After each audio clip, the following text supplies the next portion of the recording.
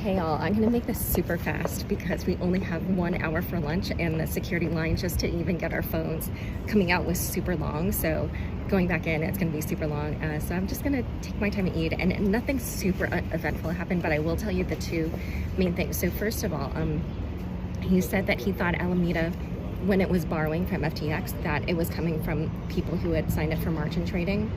And he said that like people who borrowed, as long as they put up collateral, then they could do anything they want, from like buying muffins to whatever.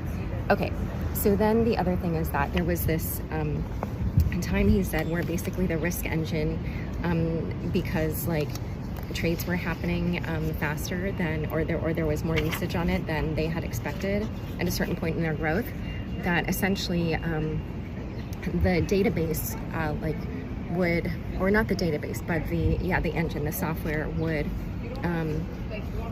there would be a delay, and so like these trades would happen automatically, but the risk engine itself wouldn't like log all of them until after like many of them had happened. And he said this was causing the exchange to like trigger many more liquidations than it actually needed to, simply because the software like wasn't reading the database fast enough. And he said that this was creating those auto deleverages, and that eventually he asked Gary and Nisha to fix this problem, and the system that they put in place, he now believes was allow negative. So that is his explanation. So I wrote in my notes, it came down to a he said, right? Because Gary said that Sam had told him to implement that, and now Sam is saying that he said, he gave a general instruction, fix this problem, and that then that is what they implement, or he now believes they implemented that based on his instruction. So yeah, that was interesting. Oh, and then one other thing was that the defense brought up the famous tweet from July 31st, 2019, where someone had asked him, what are you going to do about this conflict of interest? You have Alameda, it's also trading on the exchange.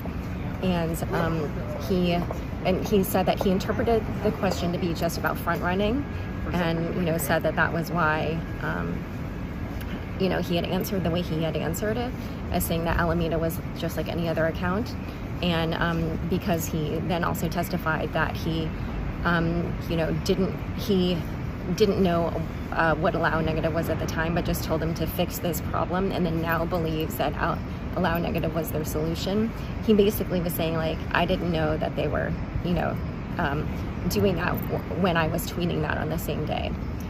The last little bit is like, it's basically just like we were saying in the elevator, like it's a little bit like Crypto 101. He's just explaining a lot of terms like market maker, know your customer, like just all kinds of stuff like that. But I'm not gonna lie, I did also write in my notes a little bit more of a note, but just like, oh, like I could potentially see some jury member feeling like, oh, now honestly it's possible that he didn't know, and that he really thought that everything was on the up and up. So anyway, those are my quick notes. I'm gonna have to eat really, really, really fast in order to have enough time for the security line and to make it back in there for what I imagine will be, we're still in the direct testimony, but potentially it looks like we could potentially get to the cross maybe this afternoon. I don't know, because right before lunch, Mark Cohen, the defense attorney, said to the judge something like, oh, this might be a good time for lunch. It was 12:30 at the time. And Judge Kaplan said, oh, I don't know, I could keep going. But then he finally said, like, okay, yeah, we'll take our lunch break. So the point is that in my head, like, it maybe seems like Mark Cohen is going to rest soon. I don't know. But yeah, so I will upload this now, eat really fast, get back in the line, and report back after the rest of the testimony today. See you.